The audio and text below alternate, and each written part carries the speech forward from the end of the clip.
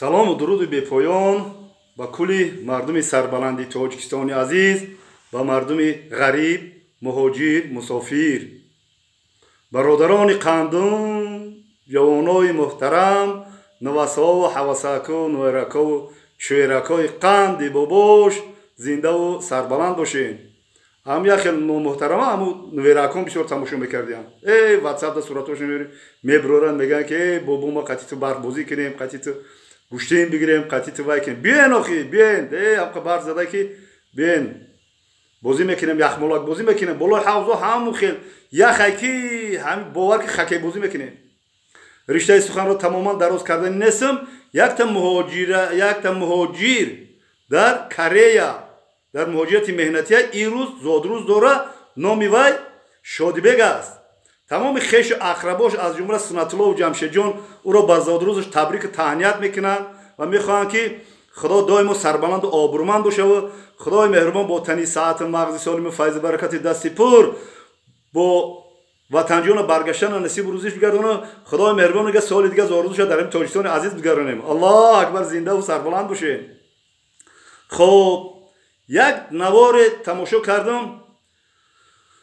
хоб бародари қанди ман, яке аз фарзандои бароманди миллати тоҷик, яке аз блогерҳои бақват ки гумони баъд мекунен мара нисбати вай, ин ки аст? ин Диловар Сафаров аст. Диловар Сафаров ма ҳамчун як фарзанд, ҳамчун як бародар, ҳамчун як блогер ма эҳтиром мекунам, ҳурмат мекунам. ягон гапи паст баланд оиди вай ягон чи гуфтанирам нестам. валлоҳи қасам гуфти блогерҳо. вая ма оли блогер набудум. бобутон блогера кора трактор кунак бекорам мешида. ман блогери мекунам мегардам хотиртум ҷам. баъд ӯ вақт ма блогер набудам. баъд вай мекардам, навориро гӯш мекардам, лайк мемондум, хеле подписатсия мекардам, комментарам менавистам. не комментар неметонистам нависам до вақта ки ростшо гап зане. комментар нависиро нав ёд гирифтам. оли да ютуб оли чизори нав ёд гирифтаистам. хай видео мекунам оиди ҳаму як хоҳари мо мисол хеле кардаам кор, хеле кардаам. ана кадом грузина ё ки кадоме намедонам, кадоме чико кардаай, як корчар задаай. барои чӣ корчар задаай? мегӯянд ки думбаша тап кардаай, и гашта як корчар задаай, ҷошта мурдаай. ман ҳамин қа фаҳмидам. барои ки хабарот дер мебиёмад. мара ютубам соз кор намекунам. антен сай хайҷа ки дар дуруни қишлоқем барои ҳамин хаки ваяй ман нав фаҳмидам. баъд блогеро вай кесан бобои лангари бо дигашу вай кесан ба иҷа гуфтагиянд ки ана Диловар Сафар видео кард, бобои лангари видео кард, машалло ку ам бобои қанд чӣ хапай, бобои қанд блогер чӣ хапай? бо иҷа савол дода, савол аломотҳои саволака мондаи бо хитобам кардагия чӯ хапай? ай унахоман хабестон о шумо дарам ҳаму як силкаша ячия дар ватсапи ман роӣ кунед, ман хабардор шам. ман бехабар мемонам. хеле корро бехабар мемонам ва чӣ гуфтаниҳои дорам оиди хоҳаро, оиди модаро, оиди зан модари тоҷик чӣ гуфтанӣ ҳастам. аввал мо оиди ва ҳеҷ гуфтанӣ нестам. ман чӣ хел шида ҳамин ха фаҳмидам ки тап карда и гашта як корчаш задаам ҷа. рӯз будай одамо бисёр будиам. ҳар кас ҳар хел фикр мекунад. фикри боботонам мефаҳмед? мехоҳем бифаҳмед? охи бифаҳмед вақте ки дар ютуб зани тоҷика, модари тоҷика ба чӣ короша мебурорӣ нишон метиҳед. ман як мисола камака меёрам. як навор кардани будам. хайку наворо биё накунем, биё бо тоҷикоро пас назанем. не ки байни худмон, байни тоҷикои худмон. вақте ки зани тоҷик қадами қурбон ҳофизӣ мекунанд, қадами қурбон ҷинварай чи ай вай ҷинварай чи адам писалет мегадам чиша меҷиха ядам ким чи мега ҳами қурбони қадами қурбони қадамай бахшиш да. охи аяму клуб аяму ҷо охи ҳофизоро нигаҳ ки чӣ хеле ҳофизӣ мекунанд. ту чӣ хеле ҳофизӣ мекунӣ? як духтар инам як зани тоҷик, модари тоҷик ба пушт зада, ба тахтаи пушт даминаи хокаи даминаи болои гилема ба пушт зада, дазими ба пушт ба тахтаи пушт зада, қасам ба Аллоҳ арғиш рафтеза. зани тоҷик растияшки кезад гимнастика фақат растияшки мекунад, мехезад думба меҷунбонад. ба грузино меҳмонанд зани тоҷика. фақат думбара меларзонӣ, زنی و میگه که توجیک همش هم خیلی بده یعنی خیلی دنبال میلردم بعد دنبالش یاد زده که ایگار کورچه خدی زده سلوشان زده اگه نمیخواد من نمیدونم که خد بیاد دای تема ما گام نزنم ما برایم که مقامات توجیستان و دا او کور داره کور فعالیت کیسان حساب کتاب کرده است احسن با این مقامات ما احسن میگم با کام ترم چخیل کی با چخیلی کرد با کوراسوس کا همین بلوگر اوخی ما اینه دعوا میکنم که ما دعوا میکنم رشم در نوفون رشم یک هکتار ما در همین توجیکستان عزیز یک عمر زندگی فعالیت کار کردم ما در همینجا ما میتونم بیا چی گپ زنم میتونم کجالا گپ میزنم چطوری گپ میزنم نفهمیدم ما آدمایی هستن که میفهمن ما میتونم گپ زنم اوخی دخترایی که اولی هیچ جورا ندیدم اولی چشمشون هوشیدگی نیست اولی تربیت فرزند ندیدم اوخی چخیل بلوگر میشوم نه من مثلا میگم خودم یا دختری که سی 8 10 11 اینا ناو تموم کرده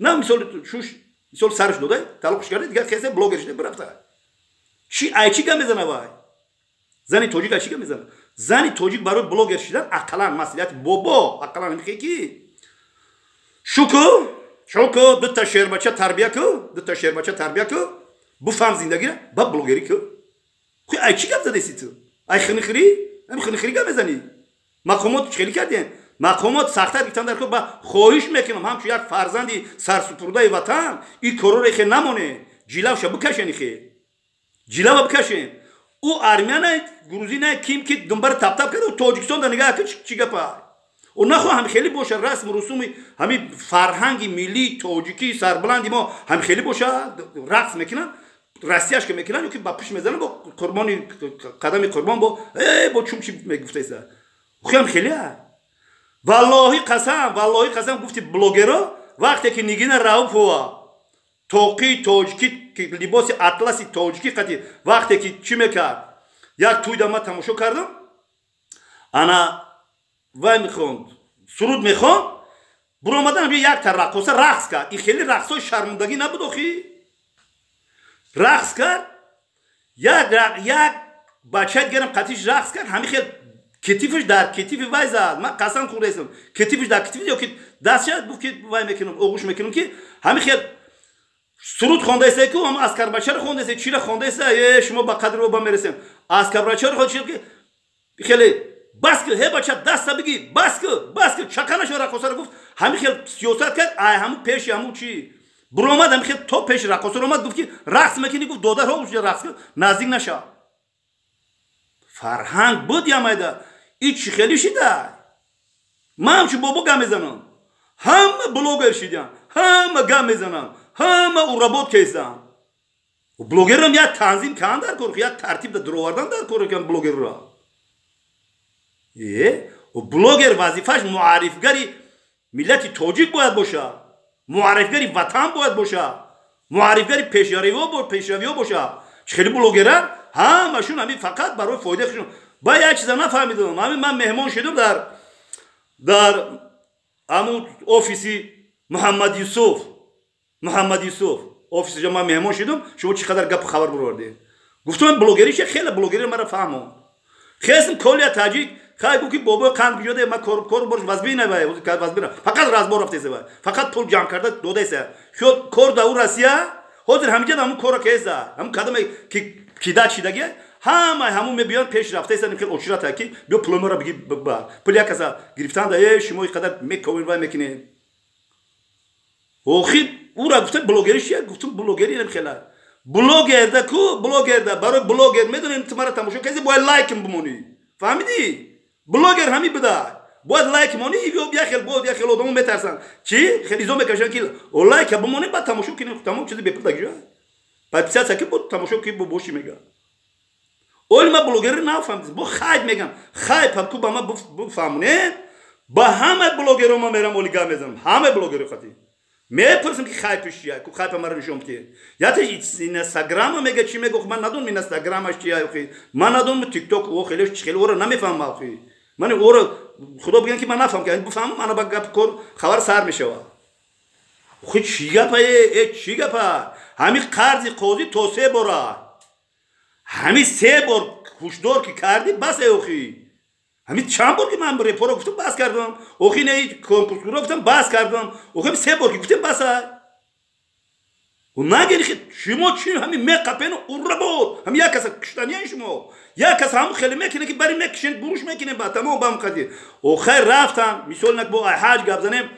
و خیر هر کس نصیب نمیکنه خونه خدا رفت آمد کو ایس شبیه چی گپا